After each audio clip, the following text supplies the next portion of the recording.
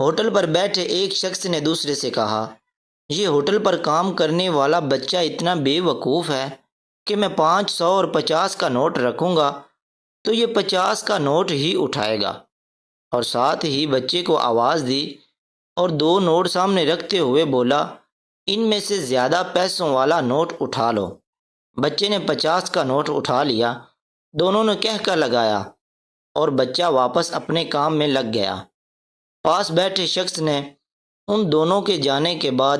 بچے کو بلایا اور پوچھا، تم اتنے بڑے ہو گئے ہو، تم کو 50 اور 500 کے نوٹ میں فرق کا نہیں پتا؟ یہ سن کر بچہ مسکرایا اور بولا، یہ آدمی اکثر کسی نہ کسی دوست کو میری بے وقوفی دکھا کر انجوائے کرنے کے لیے یہ کام کرتا ہے، اور میں 50 کا نوٹ اٹھا لیتا ہوں، وہ خوش ہو جاتے ہیں اور مجھے 50 روپے مل جاتے ہیں۔